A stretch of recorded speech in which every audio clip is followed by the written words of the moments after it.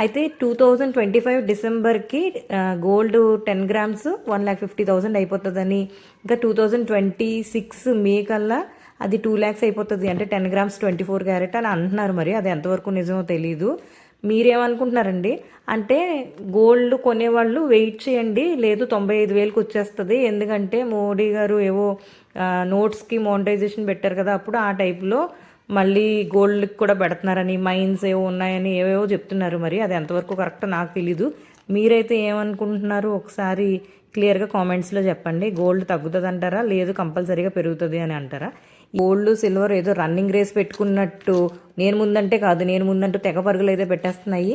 అసలు 1 వీక్ నుంచి యూట్యూబ్ నిండా, ఇంకా మనకి టీవీలో న్యూస్లో కూడా గోల్డ్ గురించి తెగ చెప్తున్నారనమాట.